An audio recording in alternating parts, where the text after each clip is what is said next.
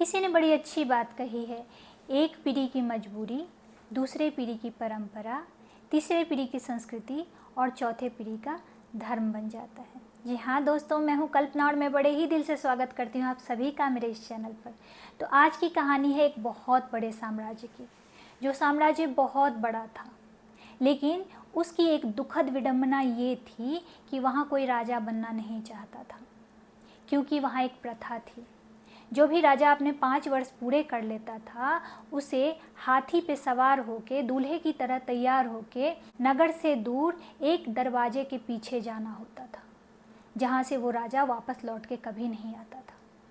लोगों की ऐसी मान्यता थी कि वहाँ राज्य की कुलदेवी रहती हैं, जो राजा को अपने शरण में ले लेती हैं। तो ये प्रथा सदियों से चली आ रही थी। तो जब एक बार एक राजा ने अपने 5 वर्ष पूरे कर लिए, तो उसे भी दूल्हे की तरह तैयार करके हाथी पे बिठा के ढोल नगाड़े बजा के नगर वाले उस दरवाजे के पास ले जा रहे थे। सब लोग खुश थे, लेकिन राजा के चेहरे पे उदासी थी, दुख था। तभी एक घुड़सवार वहाँ आया, जो नवयुवक था। उसने देखा कि सब लोग नाच रहे हैं, गा रहे हैं, लेकिन राजा बेहद दुखी है। तो उसे आश्चर्य हुआ कि ऐसा कौन सा उत्सव है जिसमें राजा ही दुखी है। तो उसने लोगों से पूछा कि क्या बात है, ऐसी कौन सी प्रथा है जिसमें आपके राजा दुखी हैं। तो उन लोगों ने उस प्रथा के बारे में उस घुड़सवार को बताया। तो उसने कहा कि अगर राजा जाना नहीं चाहता है तो आप लोग उसे क्यों भेज रहे हो। तो लोगों ने कहा कि तुम नहीं समझोगे, ये हमारे राज्य की परंपरा है, राजा चाहे या ना चाहे उसे जाना तो पड़ेगा। तो उस युवक ने कहा, लेकिन उस बंद दरवाजे के पीछे होता क्या है, आप लोगों ने जानने की कोशिश नहीं की। तो लोगों ने कहा, नहीं नहीं, इसमें जानने की क्या बात है, वहाँ हमारे कुलदेवता रहते हैं जो राजा को अपने शरण में ले लेते हैं। नवयुवक को बड़ा अजीब लगा कि बड़ी अजीब प्रथा है। तो उसने भी उन लोगों के साथ चलना शुरू कर दिया, और राजा जहाँ तक गया नवयुवक भी वहाँ तक गया। उसने देखा राजा को हाथी पे बिठाए हुए लोगों ने दरवाजे के पीछे छोड़ दिया और दरवाज़ा बंद कर लिया। 2-4 दिन वहीं बैठे रहे और फिर नगर की तरफ लौट आए। नवयुवक ने उन लोगों से पूछा कि आप लोग नहीं जानना चाहते हो कि आपके राजा के साथ क्या हुआ होगा। लोगों को बड़ा गुस्सा आया। लोगों ने सोचा कि ये हमारे विश्वास पे सवाल उठा रहा है, ये हमारी प्रथा पे सवाल उठा रहा है। तो लोगों ने ज़बरदस्ती उस युवक को अपने राज सिंहासन पे बिठा के उसे ही राजा बना दिया, और कहने लगे कि 5 साल बाद तुम्हें पता चल जाएगा कि उस दरवाजे के पीछे होता क्या है। नवयुवक बिल्कुल नहीं डरा, बल्कि बेहद उत्साह से उसने काम करना शुरू किया। और सबसे पहला काम उसने यही किया कि उस दरवाजे के पीछे है क्या। उसने कुछ मंत्रियों को अपने विश्वास में लिया और आधी रात को उस दरवाजे को खुलवाया। राजा ने देखा उस दरवाजे के पीछे बहुत ही घना जंगल है। वो जंगल इतना घना है कि सूरज की रोशनी भी धरती तक नहीं पहुंच सकती थी। उस समय राजा ने दरवाजे को बंद करवा दिया। अगले दिन वह सुबह सुबह वहाँ पहुँचा, दरवाजे को खुला के जंगल के अंदर गया। तो उसने देखा इससे पहले जितने राजा आए थे सबके कंकाल पड़े हुए थे।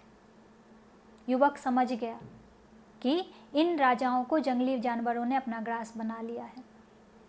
युवक ने उन विश्वास पात्र मंत्रियों के साथ मिलकर उस जंगल का काम करना शुरू किया, मतलब जंगल की सफाई शुरू की, जंगल कटवाना शुरू किया, और धीरे धीरे उस जंगल को एक साम्राज्य में परिवर्तित कर दिया।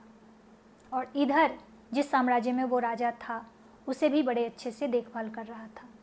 नगरवासी बड़े खुश थे। अनायास ही सही उसे राजा बनाया था, लेकिन उसके राज्य काज में सब लोग खुश थे, क्योंकि वो बहुत अच्छे से अपना काम कर रहा था। और ऐसा करते करते 5 वर्ष बीत गया।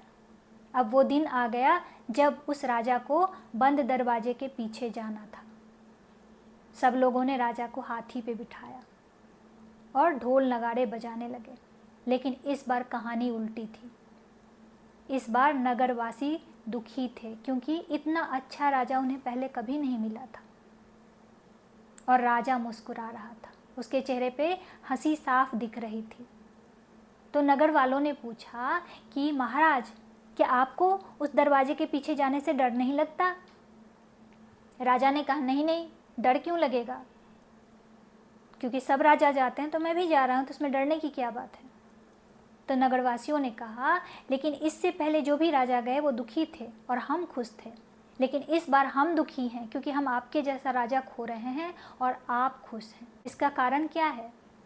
राजा ने कहा, इसका कारण ये है कि इन 5 सालों में मैंने अपने कुल देवता को मना लिया है और हमारे कुल देवता ने कहा कि अब कोई भी राजा जब इस दरवाजे के पीछे आएगा तो वापस जा सकता है। और सिर्फ राजा ही नहीं, आम नागरिक भी दरवाजे के पीछे जा सकते हैं और कुल देवता से मिल सकते हैं। लोगों को बड़ा आश्चर्य हुआ, ऐसा कैसे? लेकिन लोगों को राजा की बात पर भरोसा भी था। राजा ने कहा कि आप सब मेरे साथ चलना चाहोगे? नगरवासियों ने कहा, हाँ हाँ, हम भी आपके साथ चलना चाहेंगे, हमें पूरा भरोसा है आप पर।